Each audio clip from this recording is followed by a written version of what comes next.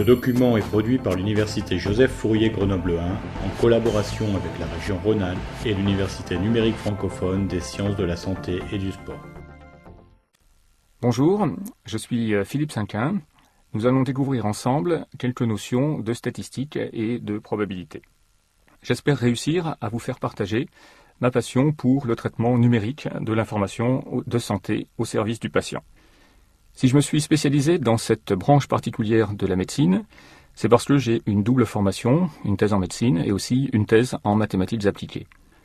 Ce type de cursus est susceptible d'intéresser un ou deux d'entre vous, et si c'est le cas, n'hésitez pas à venir me voir en deuxième année, et vous verrez, il y a des sujets tout à fait passionnants qui restent à explorer.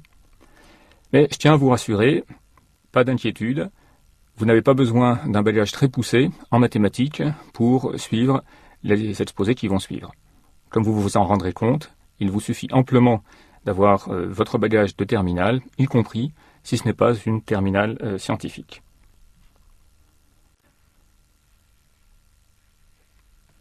Si vous en avez le temps et la curiosité, je vous invite à aller regarder les deux sites web qui sont indiqués ici.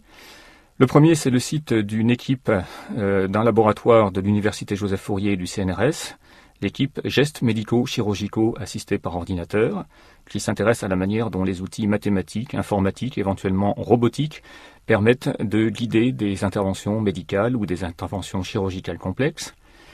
Et le deuxième, c'est celui d'une structure du Centre hospitalier universitaire de Grenoble, le Centre d'investigation clinique innovation technologique, dont la mission est d'aider à démontrer le service médical rendu par les innovations technologiques.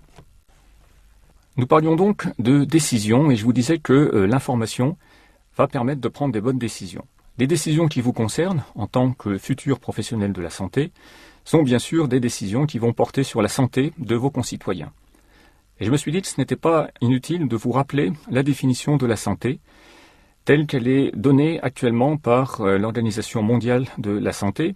Et si vous comparez la définition actuelle, qui est celle des premiers items, avec la définition précédente, qui date de 1946, eh bien, vous voyez qu'il y a eu une évolution qui est intéressante. Et ce que je retiendrai pour ma part dans cette définition de la santé, eh bien, c'est qu'elle met l'accent sur la notion de mesure et donc d'information. Et que dans cette partie mesure, eh bien, il va être nécessaire de disposer des informations nécessaires pour s'assurer qu'effectivement une personne ou un groupe de personnes atteint ses objectifs, ses ambitions, et peut s'adapter à son milieu. Donc, l'information, comme on va le voir, au service de l'action. Alors d'abord, qu'est-ce que l'information ? Eh bien, elle naît de l'observation, et l'observation, ça va être le fait d'un système de mesure. Le plus simple des systèmes de mesure, c'est vous-même, avec vos sens, qui allez être capable d'enregistrer un certain nombre de faits bruts sur vos patients, des signes cliniques, par exemple, la palpation d'un foie. Mais souvent, l'information viendra d'un certain nombre de capteurs spécialisés, donc des systèmes de mesure, qui vous permettront d'avoir accès à des informations complémentaires par rapport aux informations purement cliniques, telles que des signes biologiques ou des signes physiques, par exemple. Alors, il faut bien voir dès maintenant que l'information doit être vue d'abord au niveau d'un individu particulier, le patient, mais qu'il est aussi indispensable de s'intéresser à la même information, cette fois saisie sur un groupe de patients ou éventuellement un groupe de personnes normales. Et donc va se poser la problématique de la collection de ces faits bruts. Si donc on parle d'information, c'est parce qu'on a en vue une certaine action, et cette action est fondée sur des décisions dont on espère qu'elles sont le plus raisonnables possible. Alors vous allez avoir deux grandes classes de décisions à prendre, des décisions diagnostiques et des décisions thérapeutiques. Première étape, le diagnostic, eh bien, on peut le voir comme un processus de réduction de la richesse de l'information dont vous disposez. Vous avez toute une masse d'informations à votre disposition, des faits bruts, et vous devez les interpréter, et les interpréter à la lumière de connaissances physio-pathologiques. Bon, ça, c'est mes collègues qui vous parleront de toutes ces connaissances. Les exemples qui sont là sont simplement quelques exemples pour illustrer ce qu'on entend par cet aspect diagnostique. Mais cette première étape va devoir ensuite être transformée en thérapeutique, c'est-à-dire en choix à nouveau fondés sur la base d'un certain nombre de connaissances qui décrivent l'efficacité et les effets secondaires des traitements. Par exemple, une hyperglycémie? Est-ce que c'est un diabète? Est-ce qu'il faut faire une insulinothérapie? Vous constatez une sténose coronaire, signe physique. Faut-il mettre un stent? Et donc tout cela va être fondé sur de l'information. Alors, j'en arrive donc à la notion de statistique, et je dois vous dire que l'origine de ce mot n'est pas très claire, mais enfin, on repère quand même dans statistique le latin status, et vous voyez dans les différentes définitions de ce mot l'importance qu'il revêt, puisque ce n'est pas seulement une attitude, mais c'est aussi quelque chose qui va caractériser l'État, et qui va caractériser dans l'État la position dans l'État. Et cela signifie que dès le début, tous les États ont compris l'intérêt qu'ils avaient à récupérer des informations de manière à pouvoir mieux gouverner. Et de la même manière, vous, en tant que futur professionnel de santé, eh bien, vous aurez à acquérir ces informations pour en faire le meilleur usage. Alors, les définitions de la statistique sont multiples. Je vous propose la suivante. L'art de collecter, d'analyser et d'interpréter des données pour évaluer la fiabilité des décisions fondées sur ces données. Alors je pense que cette définition-là est un petit peu abstraite, rassurez-vous. Nous allons maintenant regarder les différents termes qui la constituent. Mais avant, je voudrais attirer votre attention sur le fait que finalement, on peut considérer que la statistique, c'est l'une des manières, ce n'est pas la seule, mais enfin c'est une des manières qui permettent de représenter et de structurer les connaissances dont on dispose sur un domaine. Bon, j'ai déjà utilisé le mot connaissance à plusieurs reprises, et il y a beaucoup de choses qui ont été dites sur ce terme-là. Je me contenterai d'une définition très simple, une chose sue par un individu ou une société. Vous voyez, on est encore à un niveau extrêmement général ici. Alors, il y a une branche particulière qui va nous intéresser dans la statistique, c'est la biostatistique, c'est-à-dire l'application des statistiques à des problèmes biologiques. Alors, revenons sur cette définition. Le mot « données » y figurait en bonne place. Donc mettons-nous déjà d'accord sur cette notion. La donnée, on dit aussi parfois valeur, eh bien c'est précisément le résultat de l'observation d'un individu. Qu'est-ce que ça signifie qu'observer? Eh bien observer, c'est une illustration de ce processus de réduction de l'infiniment complexe à quelque chose de beaucoup plus simple. Quel que soit l'objet que vous observez, vous pourriez l'analyser par plein de caractéristiques, et à la limite c'est des puissances de 10 assez considérables d'atomes. Et vous allez ramener ça à quelques informations extrêmement simplifiées. Et vous vous apercevez ici que observer implique déjà des connaissances. Vous ne pouvez pas observer sans savoir ce que vous avez envie d'observer. Et donc le choix de la caractéristique, particulièrement le choix efficace de la caractéristique, eh bien, implique une connaissance déjà d'un haut niveau. Ça implique par ailleurs un instrument de mesure, l'essence de l'observateur, ou un appareil artificiel. Alors, d'une part, donc l'observation consiste à limiter la variabilité de l'objet à un certain nombre de caractéristiques, mais le plus souvent, la caractéristique n'est intéressante que si elle n'est pas totalement singulière, donc si on peut l'observer sur de très nombreux individus. Et là, apparaît la notion de variabilité d'un individu à l'autre, et donc on parlera de variable, et on dira que la donnée observée, eh bien, c'est un cas particulier de la variable, on dira que c'est une réalisation de cette variable pour l'individu qu'on observe.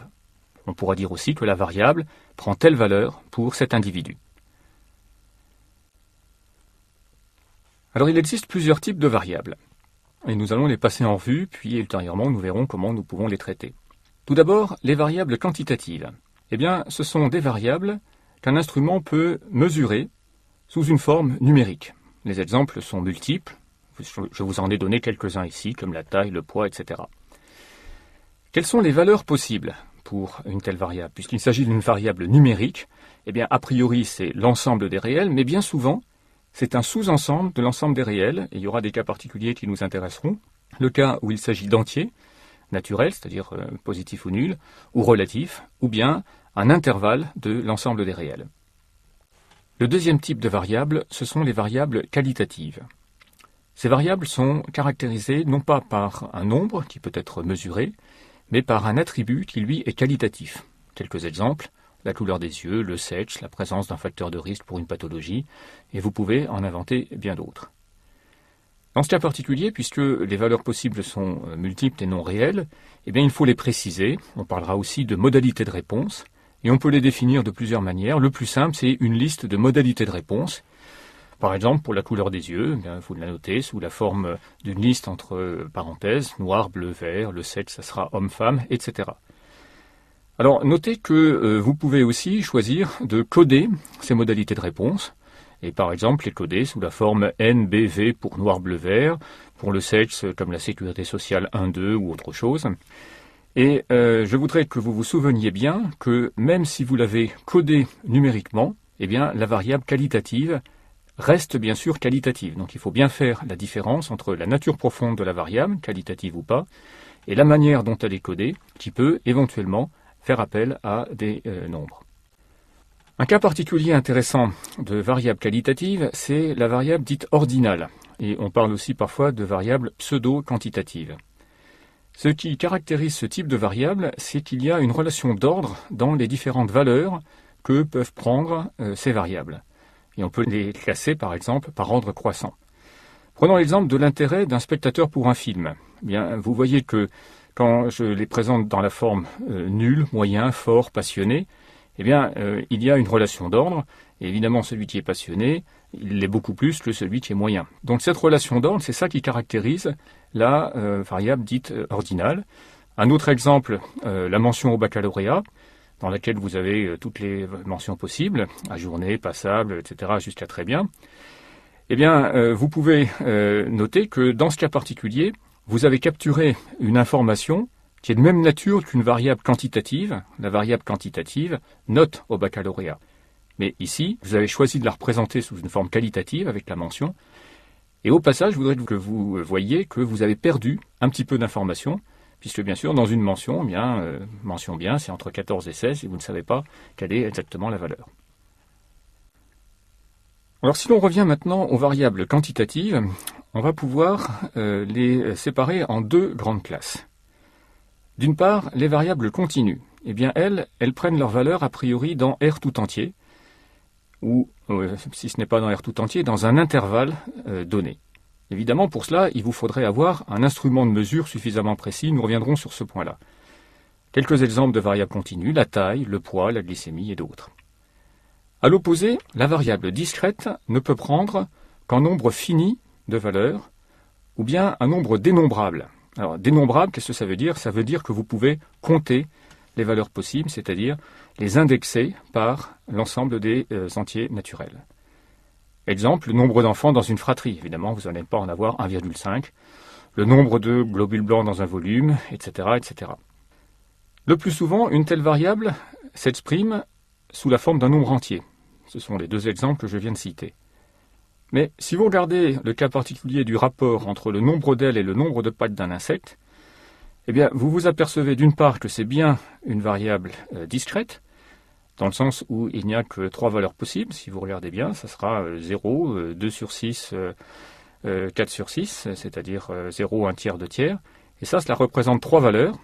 Et ces 3 valeurs, bien sûr, vous pouvez les indexer, c'est-à-dire les compter sous la forme d'entier, en disant que 0 c'est la valeur 1, 1 tiers c'est la valeur 2, et 2 tiers c'est la valeur 3.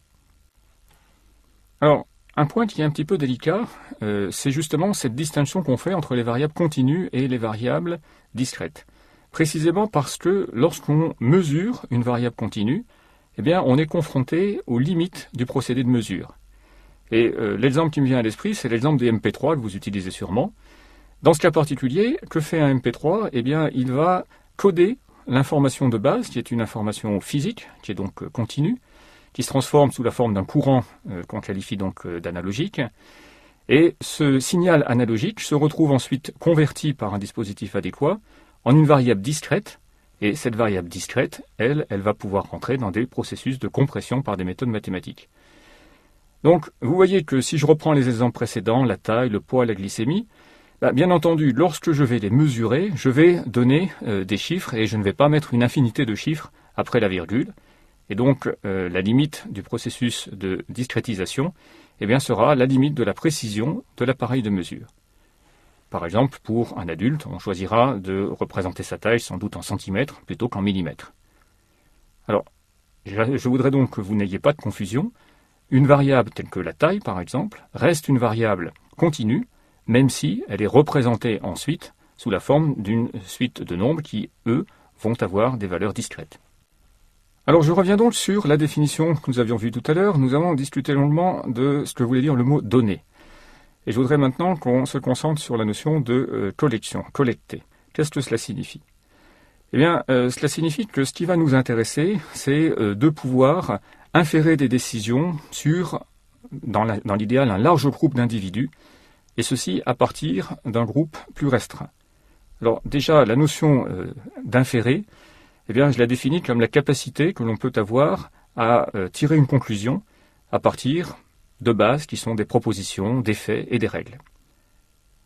Si donc je veux pouvoir inférer des décisions sur un groupe relativement large, eh bien, il va falloir que je précise les notions que nous allons voir maintenant: population, échantillon, échantillonnage, qui est donc le passage de la population à l'échantillon, et paramètres, qui va me permettre de résumer l'information qui m'intéresse. Commençons donc par la population. Eh bien, ça sera l'ensemble des individus à propos desquels on souhaite pouvoir inférer des décisions. Cette population, il faut la définir, et pour la définir, eh bien, on fera appel à une propriété, et cette propriété, elle-même, souvent, fera référence à des variables. Par exemple, l'ensemble des Français, l'ensemble des nouveau-nés de mères diabétiques, là vous voyez deux variables, le fait d'être nouveau-né et le fait que la mère soit diabétique, l'ensemble des hommes obèses, l'ensemble des êtres humains à qui on pourrait administrer un vaccin contre le paludisme.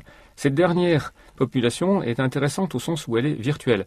Les autres sont des populations tout à fait réelles, c'est-à-dire que il vous suffit d'observer et de voir si vous avez affaire à quelqu'un dont l'indice de masse corporelle dépasse la limite.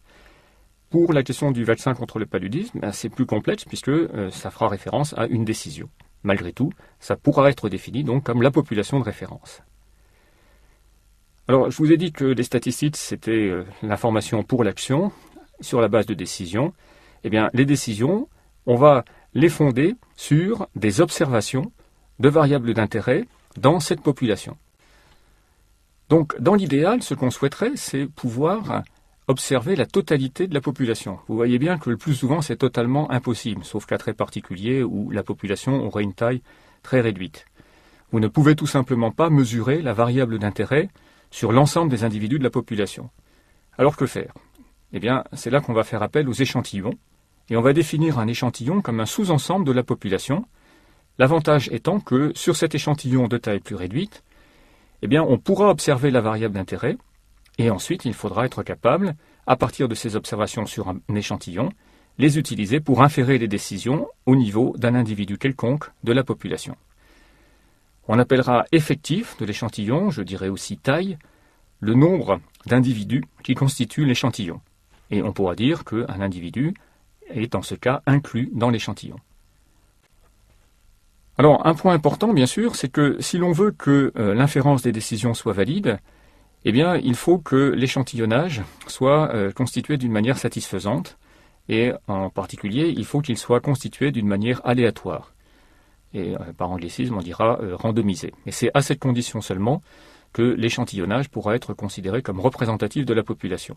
Alors, qu'est-ce que ça signifie, cette question de constitution aléatoire ou randomisée? Eh bien, cela signifie qu'il ne faut pas avoir de biais qui nous pousserait à choisir de préférence telle ou telle sous-classe d'individus de la population. Et pour cela, le plus simple, c'est que chaque individu de la population ait la même chance d'être inclus dans l'échantillon, d'une part. Et d'autre part, il ne faut pas que le fait d'en avoir choisi un, d'avoir choisi l'individu A, ait un impact sur la chance d'un autre individu d'être aussi pris dans l'échantillon. Donc là, il y a une notion d'indépendance. Bon, je ne donnerai pas beaucoup de détails sur les méthodes qui permettent de constituer ces échantillons. Sachez que le plus simple, le plus efficace, c'est d'affecter un numéro à chaque individu et de tirer au sort avec un générateur de nombres aléatoires. Quand je dis le plus simple et le plus efficace, c'est du point de vue du résultat statistique, mais bien entendu, ce n'est pas toujours très facile à mettre en œuvre. Donc en pratique, c'est plus difficile d'obtenir un échantillon vraiment randomisé. Et dans notre cas particulier, pour la suite, nous supposerons toujours que les échantillons dont nous parlons ont effectivement été randomisés. Alors j'en arrive maintenant à la notion de paramètre. Eh bien, la notion de paramètre, ça sera une grandeur qu'on exprimera sous une forme numérique et qui va permettre d'apporter une information résumée sur la variable d'intérêt. Alors, vous en connaissez déjà un, sur lequel on reviendra bientôt. Eh bien, c'est l'exemple de la moyenne. Par exemple, votre moyenne au bac, elle résume ce que vous avez acquis en terminale. Alors, elle le résume, on est bien d'accord, d'une manière assez violente, et vous voyez bien sur cet exemple qu'on perd énormément d'informations. Et nous reviendrons sur cette notion de perte. Alors, je voudrais bien que vous compreniez que, puisqu'on parle là des relations entre l'échantillon et la population, Eh bien, le paramètre, on peut le mesurer dans un échantillon. Donc là, il faut bien voir que le caractère aléatoire, il vient de la manière dont on a constitué l'échantillon. Mais une fois que vous avez constitué l'échantillon, il n'y a plus d'aléa, à part celui qui vient de l'instrument de mesure. Vous pouvez donc mesurer les données sur chaque individu et vous allez pouvoir ensuite mesurer le paramètre correspondant. À l'opposé, dans la population, eh bien, vous ne pouvez pas le mesurer, précisément parce que vous n'avez pas accès à la totalité de la population. Donc tout ce que vous pouvez faire, c'est estimer ce paramètre, et ceci à partir des observations de l'échantillon. Alors je reviens à ma définition, et on a vu les données, on a vu la notion de collecter. Qu'est-ce qu'on entend maintenant par le fait d'analyser, d'interpréter, d'évaluer la fiabilité des décisions? Eh bien, analyser, c'est le champ qu'on appellera les statistiques descriptives, c'est-à-dire l'art d'organiser, de présenter, de résumer tout ce qu'on a acquis, bien sûr, sur des échantillons qui sont censés être représentatifs de la population. Donc, c'est ce qu'on va discuter par la suite. Et cette analyse va donc vous donner une description, une photo finalement, mais de cette photo, vous voudriez pouvoir tirer des conclusions, des décisions. Et là, on entre dans le champ des statistiques interprétatives ou inférentielles. Alors, le premier niveau, c'est d'être capable d'inférer, à partir de ce que vous avez acquis sur vos échantillons, quel est le comportement des variables d'intérêt que vous regardez, non plus seulement dans l'échantillon, mais dans la population. Donc, une question de changement d'échelle.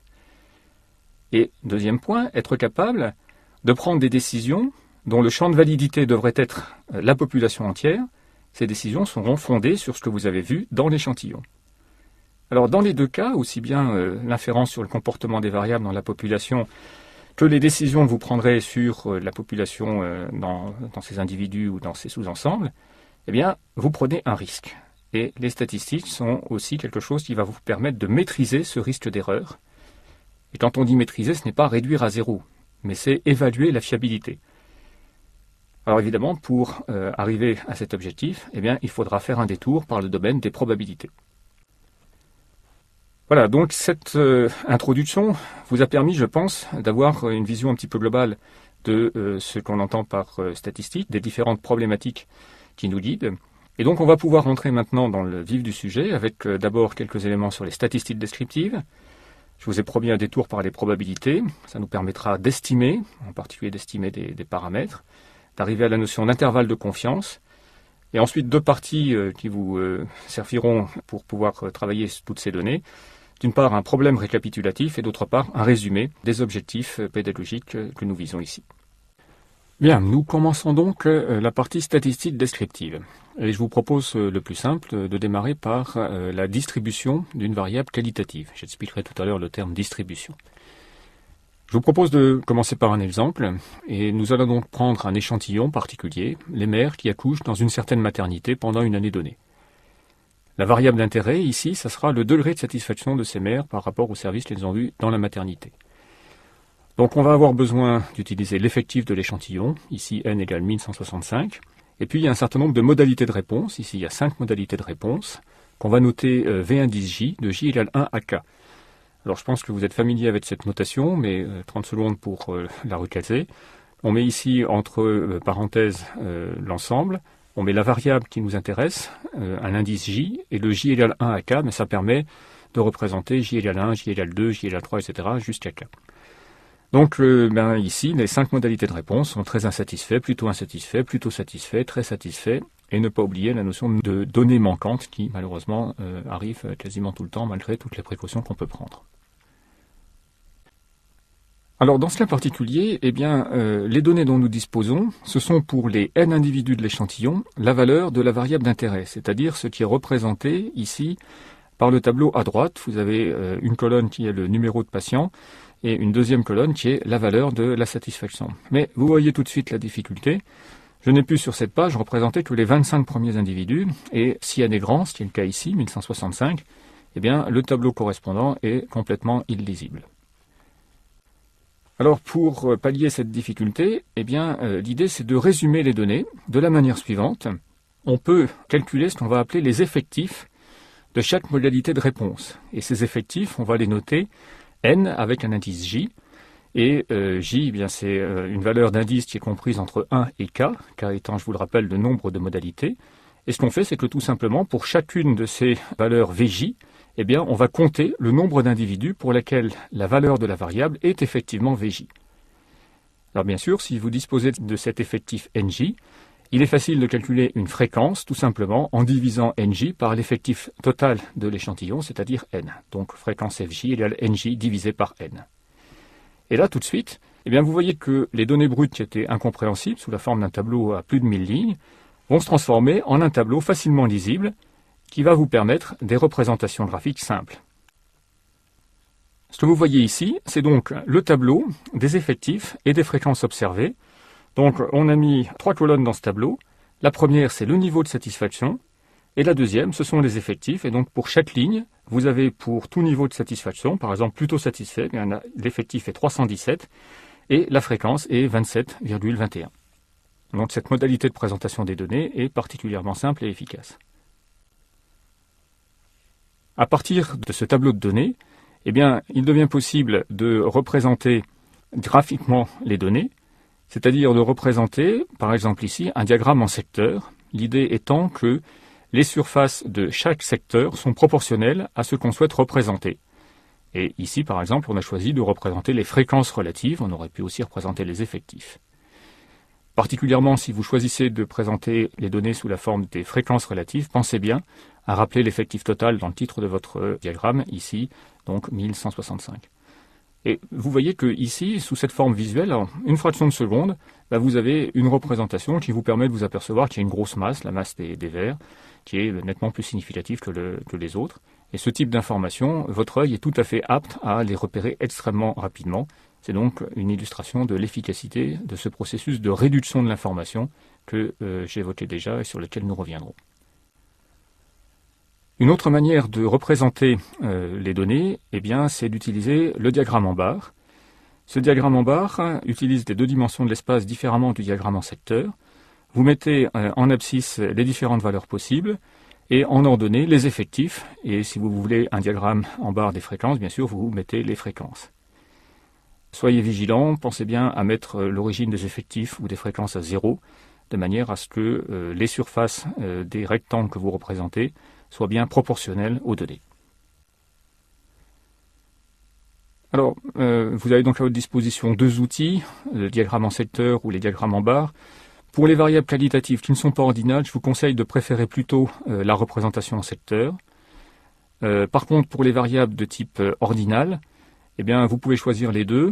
Il y a une certaine logique à utiliser la notion de diagramme en barre dans ce cas particulier, puisque les valeurs ordinales se caractérisent par l'existence d'une relation d'ordre, et les axes se lisant de gauche à droite, il est assez logique de mettre à gauche la valeur la plus faible et à droite la valeur la plus grande, au sens de la relation d'ordre qui définit justement votre variable qualitative ordinale.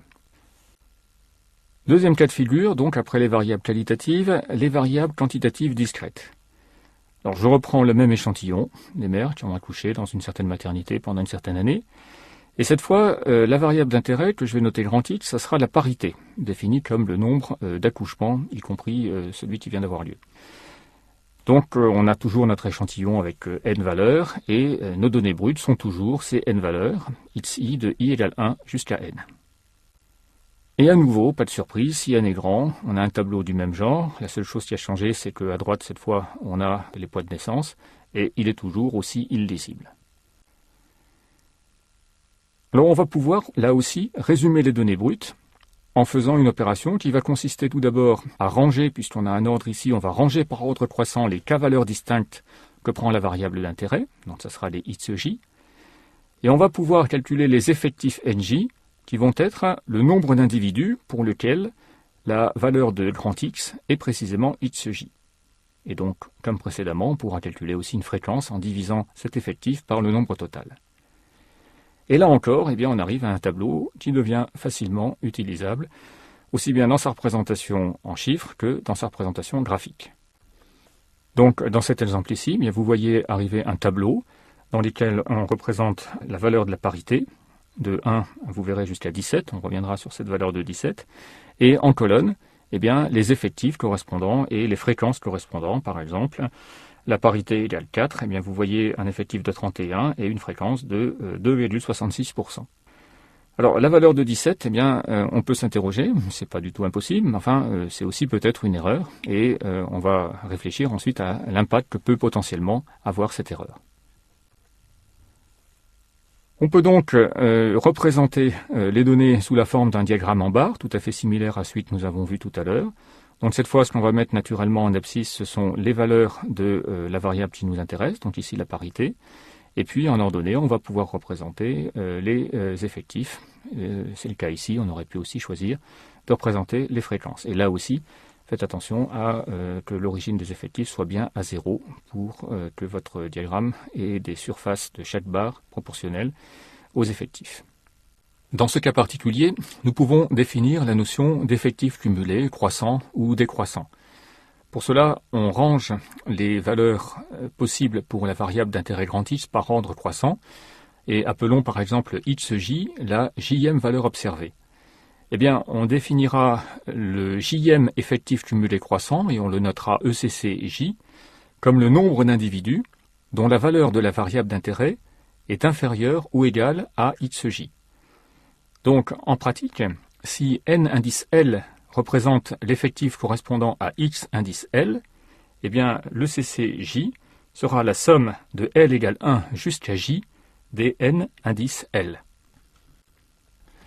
Donc on obtient ainsi un tableau des effectifs cumulés croissants, que je n'ai pas représenté ici sous sa forme de chiffres, mais que je vais représenter sous sa forme graphique. Et donc vous voyez une courbe qui bien sûr est une courbe croissante, qui part de la valeur de la première classe et qui va jusqu'à la valeur de l'effectif total, donc ici 1165. Alors maintenant, arrivons au troisième cas particulier, une variable quantitative toujours, mais cette fois continue. Toujours le même échantillon, mais la variable d'intérêt, le poids du nouveau-né. On va l'appeler grand X. L'effectif de l'échantillon, c'est toujours 165, et les données brutes sont toujours nos n valeurs. Comme vous vous y attendez, à nouveau, le tableau est illisible. On va aller plus vite maintenant sur ces cas particuliers. On va donc vouloir à nouveau résumer les données, mais ici, on est confronté à une petite difficulté. C'est que les effectifs de la valeur de chaque variable d'intérêt n'ont plus de sens. Tout simplement parce que la variable d'intérêt peut prendre trop de valeurs possibles. Et à la limite, vous risquez qu'elle ne prenne que des valeurs distinctes, auquel cas tous les effectifs seraient égaux à 1. Donc vous n'auriez aucune information. Donc pour répondre à cette difficulté, eh bien, on va regrouper les individus par classe, c'est-à-dire qu'on va diviser l'intervalle AB dans lequel la variable grand X prend ses valeurs en K classes, donc qui sont les intervalles CJ, CJ plus 1. Vous remarquez que le crochet est fermé à gauche, qui signifie que ce sont les valeurs de X qui sont supérieures ou égales à CJ, et par contre, elles sont inférieures à droite, strictement, à C indice J plus 1. Donc, puisqu'on a défini les classes de cette manière, eh bien, on peut compter le nombre d'individus, ces individus donc vont s'appeler XI, qui vérifient XI supérieur ou égal à CJ est strictement inférieur à CJ plus 1. Et ce nombre, eh bien, c'est l'effectif de la JM classe, on va le noter N indice J. Et on pourra définir la fréquence de chaque classe en divisant N indice J par N, ça donne petit f indice J. Et comme précédemment, on pourra définir la fréquence cumulée en faisant la somme de l'indice L égale 1 jusqu'à l'indice L égale J, des F indice L, qui représentent chacun les effectifs de la Lième classe. Et là, sous cette forme, eh bien, on arrive à une représentation qui est beaucoup plus simple.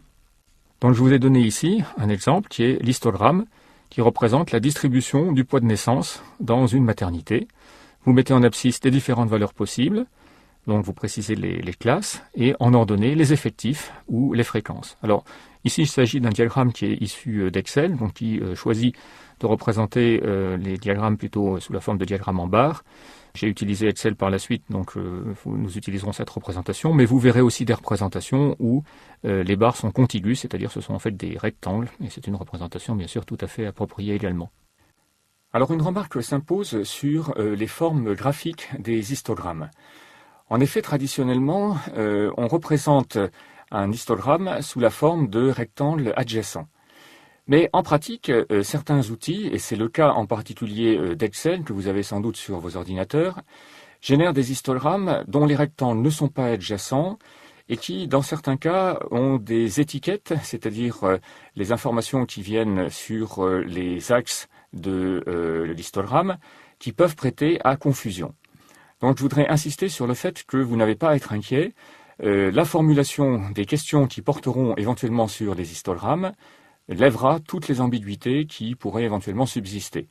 Exemple d'ambiguïté, si je fais un zoom sur la partie centrale de l'histogramme du poids de naissance qui était dans la diapositive précédente, eh bien, j'obtiens un graphique tel que celui-ci, où là, j'ai représenté l'histogramme sous la forme de rectangle adjacent, et où on voit donc parfaitement que, par exemple, pour la classe 3400, eh bien, c'est une classe qui va de 3350 à 3450. Et vous voyez donc ici clairement que le 3400 correspond au centre de cette classe. Donc ici, l'ambiguïté qui pouvait naître à la lecture de l'histogramme précédent devrait être levée. Alors sur cette diapositive, eh bien, j'ai superposé à la représentation en barre bleue qui représente donc les effectifs, la représentation en point rouge qui représente les pourcentages des effectifs cumulés. Donc vous avez à gauche une numérotation de l'axe des ordonnées en effectifs et à droite une représentation en pourcents. Et vous voyez que c'est une magnifique courbe, la courbe rouge qui part de 0 et puis qui fait une forme de sigmoïde et qui arrive finalement à 100%. Nous venons donc de voir comment représenter graphiquement d'une manière assez efficace des données qui peuvent être éventuellement très nombreuses.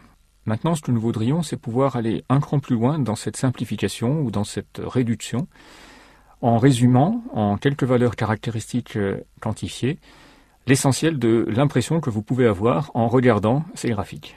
Donc nous partons à nouveau d'une variable grand X, connue sur un échantillon de taille n par des données brutes.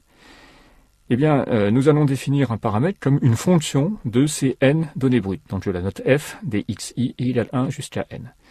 Et vous verrez donc plusieurs définitions de cette fonction selon le paramètre que nous étudions. Vous verrez deux classes de paramètres essentiels, des paramètres de position, on dit aussi de localisation, et des paramètres de dispersion.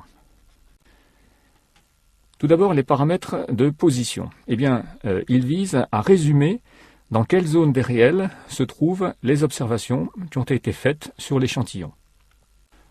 Le plus connu de ces paramètres, c'est la moyenne.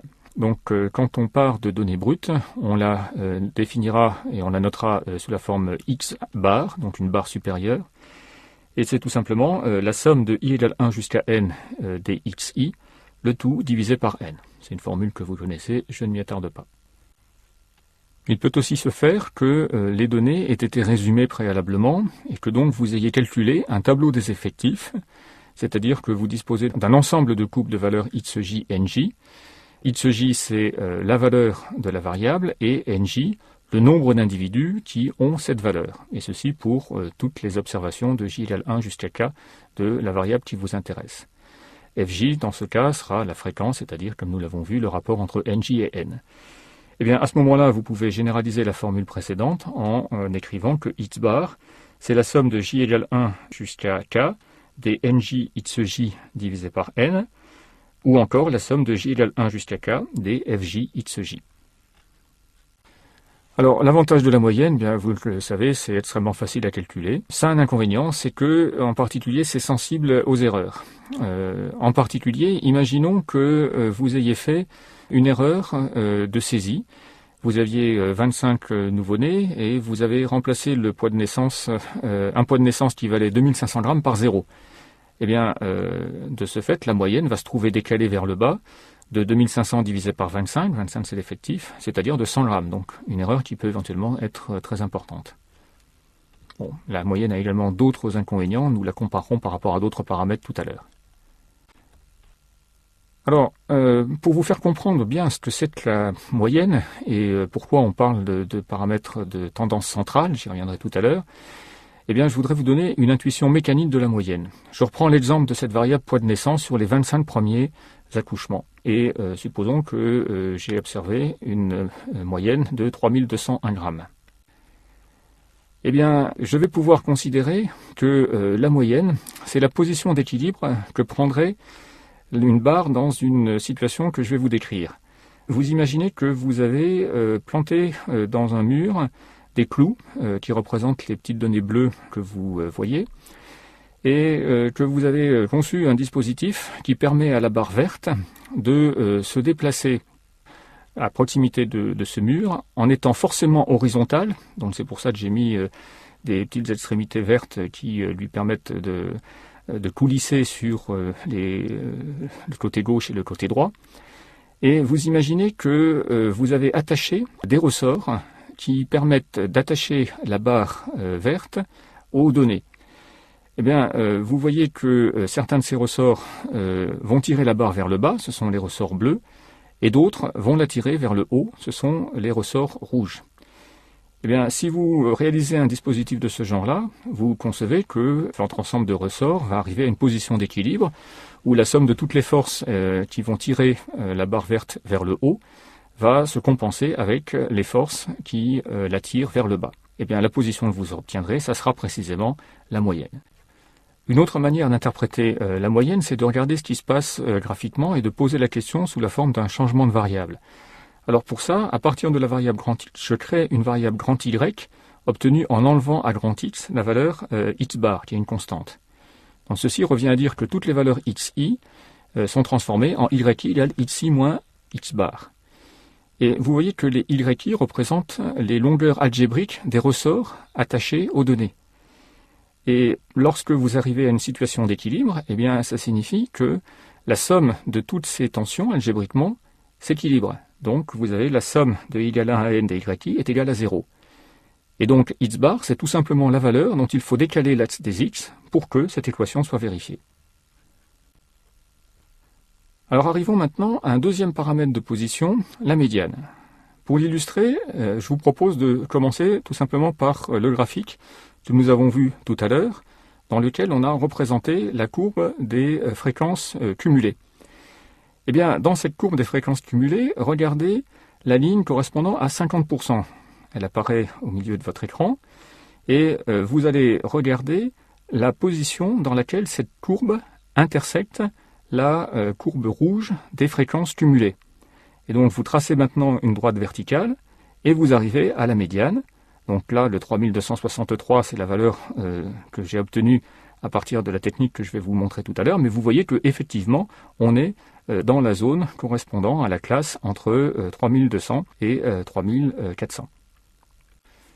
Nous arrivons donc maintenant à la définition de la médiane. Pour cela, considérons une variable grand X observée sur n individus d'un échantillon. On va ranger ces mesures par ordre croissant. Donc on obtient l'ensemble des xr de r égale 1 jusqu'à n. Et il y a bien n données, puisqu'on a n individus. Éventuellement, certaines de ces valeurs sont les mêmes si plusieurs individus présentent la même valeur. On définira la médiane comme l'observation qui est placée au milieu de cet ensemble de données. C'est-à-dire que si n est impair, eh bien la médiane, ça sera tout simplement x indice n plus 1 sur 2. Et si n est pair, eh bien vous prendrez la moyenne des deux valeurs centrales, qui sont donc x indice n sur 2 et x indice n sur 2 plus 1. Quel est l'avantage de la médiane, en particulier par rapport à la moyenne? Eh bien, c'est d'abord qu'elle est peu sensible aux erreurs. Dans l'exemple des 25 nouveau-nés sur lesquels vous auriez fait une erreur d'un poids de naissance de 2500 grammes, eh bien, vous verrez que cela n'affecte absolument pas la médiane. L'inconvénient, par contre, mais c'est un inconvénient relatif avec les ordinateurs qui les calculent facilement pour vous, eh bien, c'est qu'il faut classer les données par ordre. La notion de quantile, c'est une notion qui permet de généraliser la notion de médiane.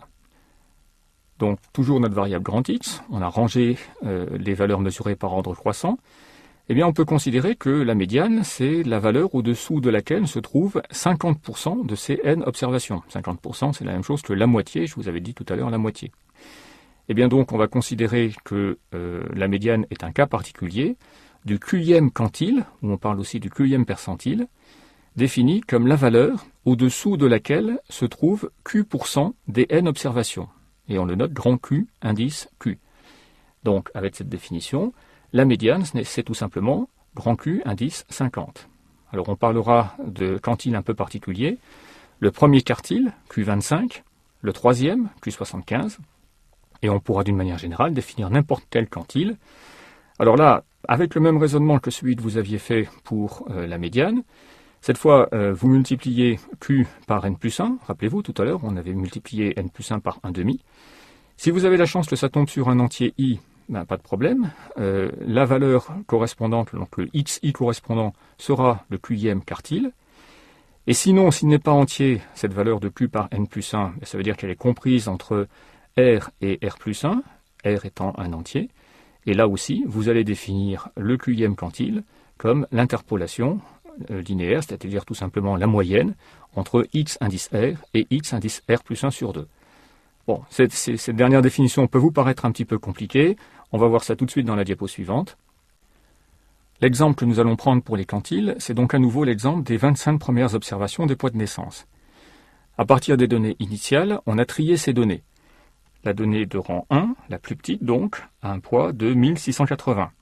La donnée de rang 25 a donc un poids de 4180. Sur ces données, pour la médiane, puisqu'on a 25 individus, 25 est impair, 25 plus 1 sur 2, ça fait 13, c'est donc un entier. On peut donc définir la médiane comme le 13e individu rangé, c'est-à-dire la valeur 3140. Pour le troisième quartile, cette fois il faut multiplier n plus 1, non pas par 1/2, mais par 0,75, et on arrive à 19,5. Donc le troisième quartile se trouve quelque part entre le 19e individu, x19, qui vaut 3600 grammes, et le 20e, qui vaut 3830 grammes. Donc je prends le milieu entre ces deux valeurs et j'obtiens 3715 grammes. Un troisième paramètre de position, c'est le mode.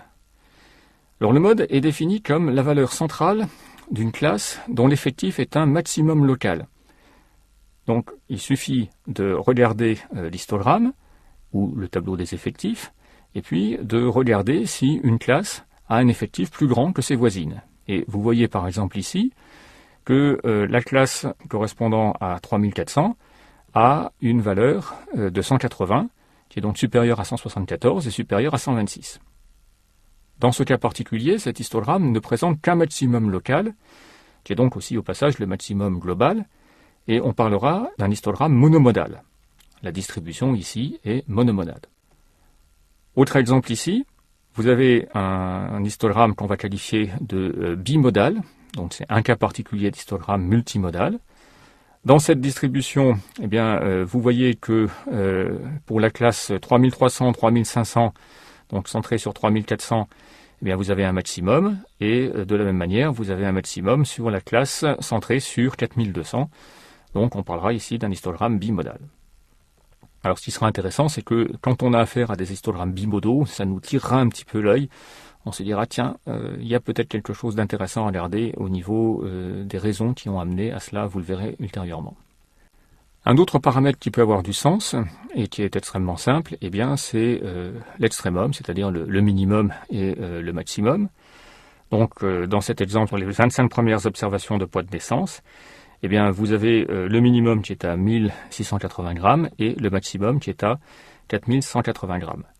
Alors, juste un point, ne vous trompez pas, ici on parle des extrémas, des valeurs de la variable, et précédemment, quand on parlait des modes, c'était les extrémas locaux, mais des effectifs des classes correspondantes. Donc ne mélangez pas les deux.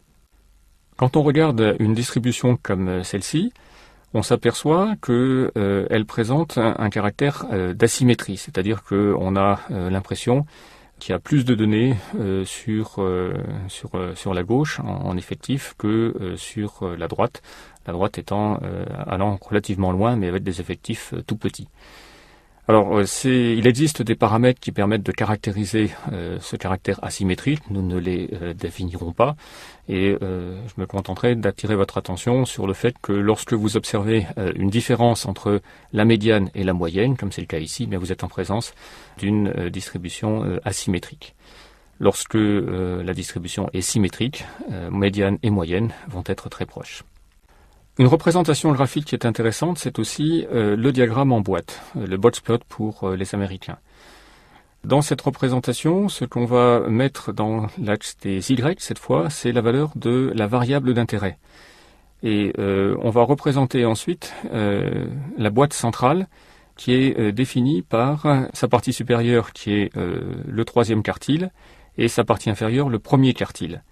Et la barre que vous voyez ici représente la médiane. Donc quand vous êtes dans une situation telle que celle-ci où la médiane est à peu près au milieu entre le premier et le troisième quartile, c'est une distribution qui est assez symétrique, ce qui est confirmé aussi par la position du 5e percentile qui ici vaut 19 et du 95e percentile qui vaut 42. Et les points qui sont au-dessus représentent les percentiles extrêmes ou encore les outliers que vous pouvez éventuellement avoir observés.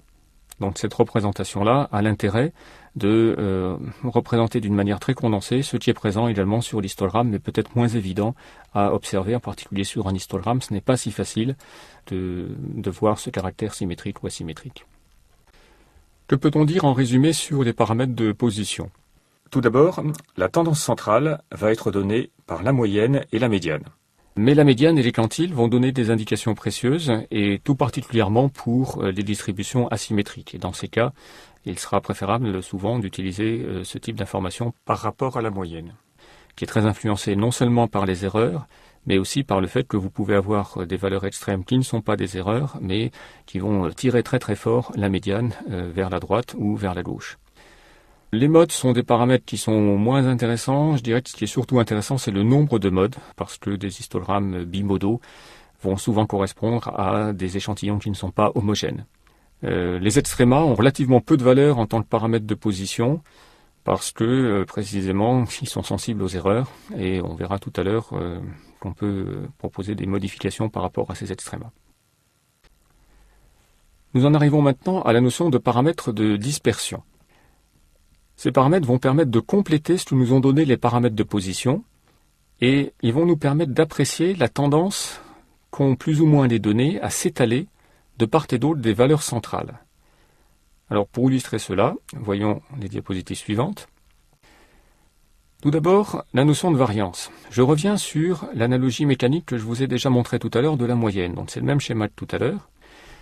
Et tout à l'heure, on s'est simplement posé la question où la barre verte va-t-elle trouver sa position d'équilibre ? Eh bien, la variance, elle va permettre d'estimer la tension de l'ensemble de ces ressorts, rouge et bleu. Et donc, l'idée, c'est que une variance faible va correspondre au fait qu'il y a un étalement relativement limité par rapport à la valeur centrale, alors qu'au contraire, une variance forte correspondra au fait que les données sont relativement loin, en moyenne, de la valeur centrale. Donc en termes de définition, eh bien, si nous appelons x bar la moyenne des données observées, nous pouvons donc avoir la longueur du ième ressort, c'est-à-dire un paramètre qui va caractériser sa tension, sous la forme de yi égale xi moins x bar. On prend donc la valeur moyenne de ces longueurs, qui va donc s'écrire sous la forme somme des yi sur n. Alors au passage, j'attire votre attention sur la notation. Jusqu'ici, j'avais mis des sommes de i égale 1 jusqu'à n. Lorsqu'il n'y aura pas d'ambiguïté, je me contenterai du signe sigma de manière à simplifier. Alors sous cette forme-là, vous voyez que si on prend la somme des yi sur n, c'est-à-dire la somme des xi moins x bar sur n, eh bien par définition de x bar, ça vaut 0. On a déjà vu ça tout à l'heure. Donc cet indicateur ne donnerait pas d'informations sur la tension des ressorts, et il vaut mieux donc prendre le carré de chacun des xi moins x bar, et on obtient donc la définition de la variance, grand V, qui sera la somme des xi moins x bar au carré divisé par n. Et nous définirons l'écart type comme la racine carrée de cette grandeur grand V. Alors j'attire votre attention sur le fait que grand V, la variance, va s'exprimer dans une unité qui est le carré de celle de x, alors que bien sûr sa racine carrée, donc l'écart type, aura la même unité, la même dimension, peut-on dire aussi, que la variable initiale. Alors, il y a une formule qui est intéressante, qui s'appelle la formule de Huygens. C'est une formule qui ressemble à la formule des moments que vous avez vue pour certains d'entre vous en terminale en physique, et qui permet d'exprimer la variance d'une manière différente. Reprenons notre définition, variance somme des xi moins x bar au carré divisé par n, et développons dans la parenthèse le xi moins x bar au carré. Ça nous donne xi au carré, moins 2 fois x bar xi, plus x bar au carré. Là, nous n'avons fait qu'appliquer la formule du binôme. Et maintenant, nous pouvons séparer le sigma en 3 composants. D'une part, nous avons la somme des xi carré sur n. D'autre part, nous avons un terme constant, le x bar, que nous pouvons sortir, et donc nous obtenons moins 2 fois x bar que multiplie la somme des xi sur n. Là, nous ne faisons rien d'autre que mettre en facteur x bar dans les n termes, somme de moins 2 fois x bar que multiplie x1, moins 2 fois x bar que multiplie x2, etc. Et enfin, nous avons n fois le même terme constant, x bar au carré, et ça va donc s'exprimer sous la forme n fois x bar au carré, le tout divisé par n. Bien entendu, il y a des simplifications qui peuvent se faire. Donc, la deuxième ligne, vous voyez que nous gardons le somme des xi au carré sur n. Et ensuite, nous observons que dans le deuxième terme, nous voyons apparaître le somme des xi sur n, qui n'est rien d'autre que x bar. Donc, ça nous fait moins 2 fois x bar au carré. Et enfin, il nous reste plus une fois x bar au carré, dans le dernier terme du dessus, en simplifiant le n qui est au numérateur et celui qui est au dénominateur. Donc, moins 2 fois x bar au carré plus une fois x bar au carré, eh bien, il nous reste moins x bar au carré. Alors, encore une petite transformation. Nous remplaçons maintenant x bar par sa définition, c'est-à-dire somme des xi sur n, et nous obtenons donc, dans le deuxième terme de la deuxième ligne, somme des xi carré sur n, nous n'avons rien changé, et ensuite on remplace donc x bar au carré par somme des xi au carré sur n au carré. Et là, nous réduisons au même dénominateur, enfin, ou plutôt nous prenons n comme dénominateur commun, et donc la formule devient somme des xi carré moins, entre parenthèses, somme des xi, le tout au carré divisé par n, l'ensemble divisé par n. Donc, la formule de Huygens, si je résume tous les calculs précédents, eh bien, elle nous dit que la variance peut s'exprimer comme la somme des xi au carré moins la somme des xi, le tout au carré divisé par n, l'ensemble divisé par n. Alors, pourquoi présenter cette formule ? Eh bien, parce que cela montre que la variance peut s'obtenir à partir de seulement deux valeurs, la somme des xi et la somme des xi carré. Alors, d'une part, c'est intéressant si un jour vous avez à programmer cette formule sur un ordinateur, parce que vous pourrez le programmer en un seul passage. Vous n'aurez pas à le faire cette année, mais vous aurez peut-être intérêt à vous souvenir de cette formule parce qu'elle peut nous faciliter le calcul de la variance dans une ambiance où nous n'avons pas de calculette. En effet, il nous suffira de vous donner la valeur de la somme des xi, la valeur de la somme des xi carré, et à partir de cela, vous pourrez calculer facilement la variance, alors que bien sûr, si nous vous donnions même qu'une dizaine ou qu'une vingtaine de données, eh bien, vous auriez beaucoup de temps à passer pour ce même calcul. Alors, en conclusion sur la variance, eh bien, je voudrais insister sur le fait que, bien sûr, deux échantillons qui ont la même moyenne peuvent avoir des variances très différentes. Observez ici, ces deux échantillons qui tous deux ont la moyenne 0, l'échantillon correspondant aux données rouges et celui correspondant aux données bleues, eh bien, vous voyez très clairement que ces échantillons présentent des caractéristiques différentes, dans le sens où la variabilité par rapport à la moyenne des données bleues est bien sûr beaucoup plus importante que celle des données rouges. Et donc, la différence de variance pourra caractériser la différence d'échantillons. Il existe d'autres paramètres de dispersion. Le premier, je vous le cite, c'est l'étendue. C'est donc la différence entre le maximum des x et le minimum des x. Alors, je vous le cite, mais il est de peu d'intérêt, relativement peu d'intérêt, dans le sens où il est évidemment très sensible au bruit, puisque toutes les erreurs sur ce qu'on appelle les outliers, donc les points extrêmes, va nous faire varier fortement l'étendue. Alors, il y a une grandeur qui est plus intéressante, qui est l'écart interquartile, c'est-à-dire la valeur absolue de la différence entre le troisième quartile, qui est aussi, je vous le rappelle, le 75e percentile, et le premier quartile, qui, lui, correspond au 25e percentile. Et si on y réfléchit, eh bien, on peut considérer que cela représente l'étendue des données observées une fois qu'on a éliminé les valeurs extrêmes, les 25% de valeurs les plus faibles et les 25% de valeurs les plus élevées. Donc, par rapport à ma remarque de tout à l'heure, vous voyez que bien sûr, ici, on a un paramètre qui est beaucoup plus robuste, moins sensible aux données aberrantes, lesquelles sont encore appelées des outliers. Résumons-nous.